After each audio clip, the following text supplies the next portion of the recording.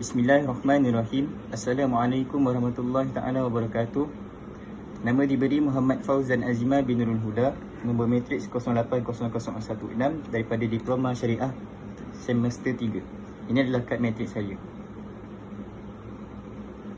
Seterusnya saya akan membacakan surah Al-Baqarah ayat 49 hingga 51.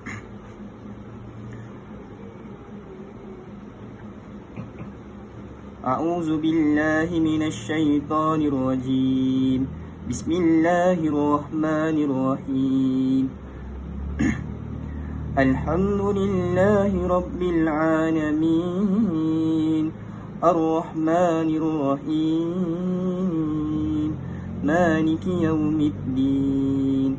Iyyaka na'budu wa iyyaka nasta'in. اهدنا الصراط المستقيم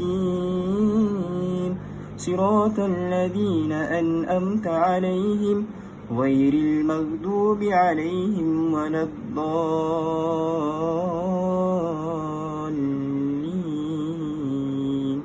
آمين. أعوذ بالله من الشيطان الرجيم. وَإِذْ نَجَّيْنَاكُمْ مِنْ آلِ فِرْعَوْنَ يَسُومُونَكُمْ سُوءَ الْعَذَابِ يُذَبِّحُونَ أَبْنَاءَكُمْ وَيَسْتَحْيُونَ نِسَاءَكُمْ وَفِي ذَلِكُمْ بَلَاءٌ مِنْ رَبِّكُمْ عَظِيمٌ. وَإِذْ فَرَقْنَا بِكُمُ الْبَحْرَ فَأَنْجَيْنَاكُمْ وَأَغْرَقْنَا آلَ فِرْعَوْنَ وَأَنْتُمْ تَنْظُرُونَ.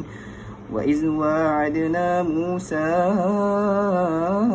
40 لَيْلَةً ثُمَّ اتَّخَذْتُمُ الْعِجْلَ مِنْ بَعْدِهِ وَأَنْتُمْ ظَالِمُونَ. صدق الله العظيم.